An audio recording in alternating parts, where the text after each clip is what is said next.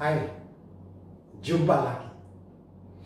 Kita tiba pada topik terakhir dari mata kuliah Mekanika Bahan semester ini. Kali ini yang akan kita pelajari adalah satu metode numerik yang kita sebut sebagai finite difference. Finite berhingga, lawannya infinite yang tidak berhingga. Difference, perbedaan. Ya, oke. Bahan bacaannya kali ini agak beda. Ya, kalian saya sarankan ambil waktu membaca cerita yang lebih lengkap dan tentunya akan lebih menarik. Ya, di bukunya Gali Neville, ya, Structural Analysis. Oke. Mengapa kok kita perlu belajar metode ini? Metode ini sering disebut sebagai metode numerik. Metode numerik. Ya, kita sudah belajar beberapa metode lain untuk menganalisa struktur, termasuk diantaranya menentukan perpindahan, besarnya perpindahan. Ya, kalau kita punya balok ini diberi beban, pasti dia akan mengalami perubahan bentuk. Ada perpindahan. Ya, kita sudah belajar beberapa metode untuk menghitung besarnya, menganalisa perubahan bentuk yang terjadi. Ya, ingat misalnya dengan double integration kita bisa dapatkan apa? Fungsi dari perubahan itu sendiri. Fungsi dari lendutan balok ketika dia menerima beban. Ya, akibat dari beban yang bekerja. Oke. Nah, kelebihan dari metode numerik ini adalah umumnya lebih sederhana. Tidak ada integral, ya, umumnya lebih sederhana. Kenapa? Karena yang perlu dilakukan hanyalah menyelesaikan persamaan simultan yang bisa juga didekati dengan metode matriks. Matriks mudah sekali diselesaikan kalau kita menggunakan komputer misalnya. Ya, nah di antara metode numerik sendiri paling tidak ada 3 metode yang sangat terkenal. Finite difference, ada finite strip, ya, finite strip, dan yang terakhir adalah finite element.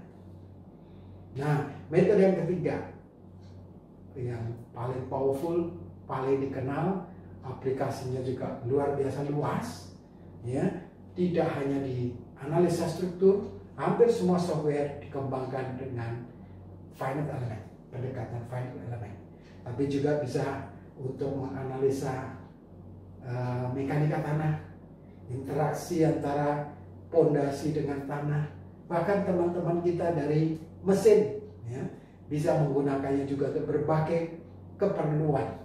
Di antaranya juga untuk mengevaluasi, menganalisa perpindahan panas atau heat transfer. Nah, finite difference, ya, topik kita pagi ini finite difference. Finite berhingga, ya, tertentu, sedangkan difference adalah perbedaan. Nah, dengan finite difference kita bisa menggantikan, ya, derivatif dari sebuah fungsi, ya, turunan dari sebuah fungsi dengan perbedaan nilai-nilai fungsi tersebut di titik-titik tertentu. Titik-titik ini yang kemudian nanti kita sebut sebagai nodes atau titik nodal. Sekali lagi, dengan finite difference kita bisa menggantikan, ya, derivatif dari sebuah fungsi atau turunan dari sebuah fungsi dengan perbedaan dari nilai-nilai fungsi tersebut, dari harga fungsi tersebut di titik-titik tertentu.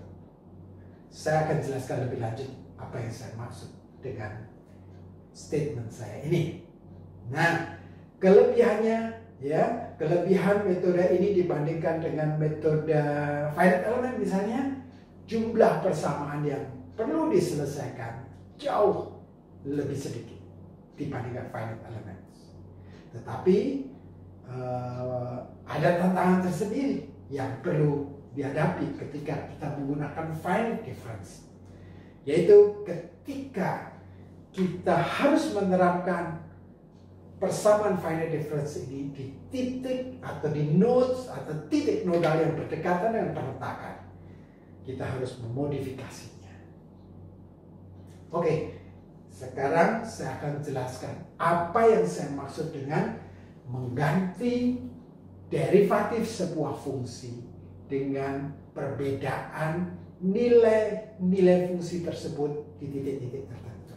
Oke, misalnya saya memiliki sebuah fungsi, ya, sebuah fungsi y ini merupakan fungsi x, oke, y merupakan fungsi x. Ini bisa merupakan fungsi lanjutan, bisa merupakan fungsi-fungsi yang lain, ya.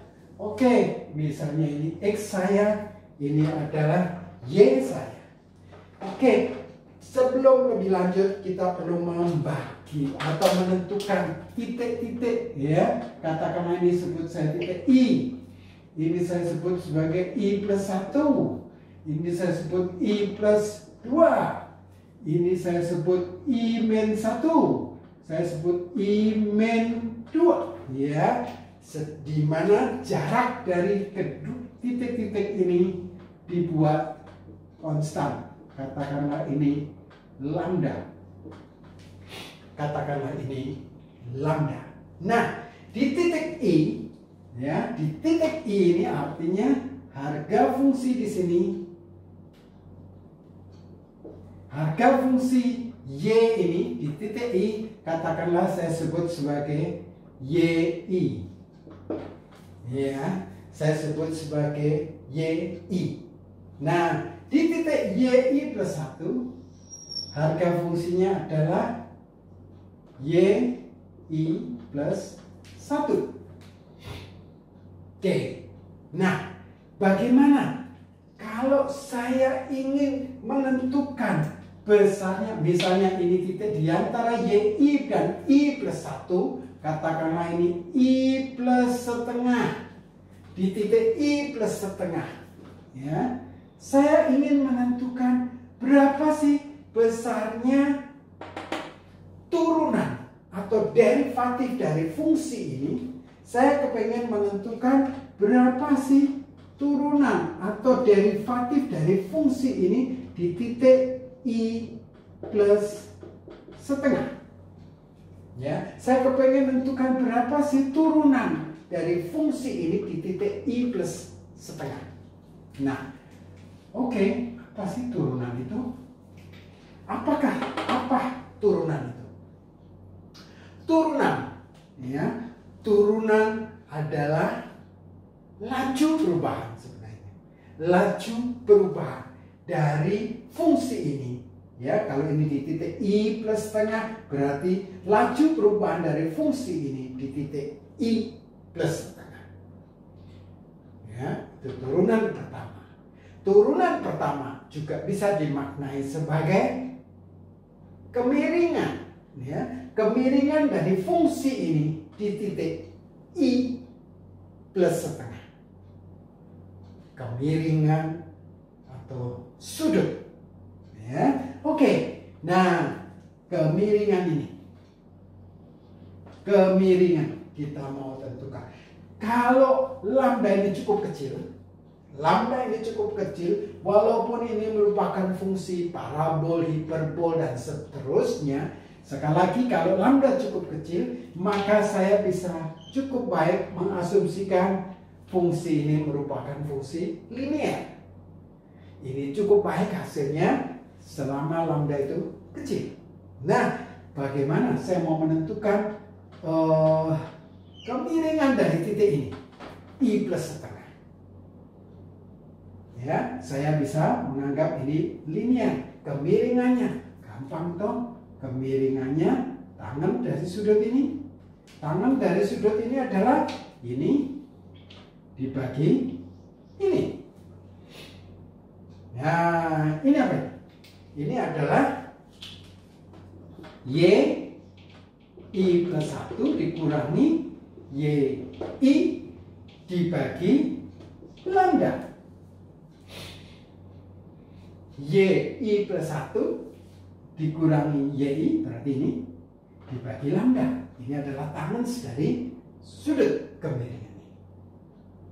Nah, dengan cara yang sama saya bisa menghitung dy dx untuk x min setengah. Berarti di sini di kemiringannya titik ini I min setengah. Dengan cara yang sama saya bisa YI min 1 dibagi lambda. Ini yang saya sebut sebagai finite difference. Menggantikan nilai turunan pertama dari sebuah fungsi dengan perbedaan nilai dari fungsi tersebut di titik-titik tertentu. Di titik YI plus 1, YI. Di titik YI min 1. Itulah finite difference. Ya. Nah, ini turunan pertama. Bagaimana kalau turunan kedua? Misalnya, saya mau menentukan besarnya turunan kedua dari fungsi ini di titik I. Di titik I. Nah, turunan kedua sebenarnya saya bisa tulis ulang menjadi turunan pertama dari turunan pertama. Ya, atau turunan pertama yang diturunkan satu kali lagi di titik I. Nah, dengan pendekatan seperti ini kita bisa lakukan apa? Saya bisa lakukan ini adalah seperlambda dari dy dx di titik I plus setengah dikurangi dy dx di titik I min setengah dibagi lambda. Ya, sedangkan dy dx I plus setengah saya sudah punya, dy dx I min setengah kita sudah punya. Kalau nilai-nilai ini saya substitusi ke sini, kita akan dapatkan apa? Saya hapus dulu. Turunan kedua di titik I saya akan dapat seperlambda kuadrat. Seperlambda kuadrat apa? YI min 1 min 2 YI plus YI. Ya, plus YI. Nah, sekali lagi ini menggantikan ya derivatif turunan dari sebuah fungsi, entah itu turunan pertama, kedua, dan seterusnya, dengan perbedaan nilai ya, difference, perbedaan nilai dari fungsi tersebut di titik-titik tertentu ya, di titik-titik tertentu. Di titik YI min 1, di titik Y, di titik I, di titik I plus 1. Titik-titik ini kemudian kita sebut sebagai nodal, titik nodal atau nodes. Ya, kita sendiri yang menentukan titik-titik ini. Nah, oke, dengan cara yang sama kita bisa melakukan menurunkan turunan ketiga, bahkan turunan keempat dari satu fungsi ya, dengan menyatakannya sebagai perbedaan nilai-nilai fungsi tersebut di titik-titik tertentu ya. Oke, sebagai summary saya bisa tuliskan ya, saya bisa tuliskan turunan pertama tadi sudah ya, turunan pertama sudah. Kalau turunan ketiga ya, turunan ketiga misalnya di titik I plus setengah kita bisa dapatkan seperlambda 3. Tadi turunan keduanya, turunan kedua di titik I ya, di titik I adalah seperlambda kuadrat YI min 1 min 2 YI plus YI plus 1. Ini turunan kedua.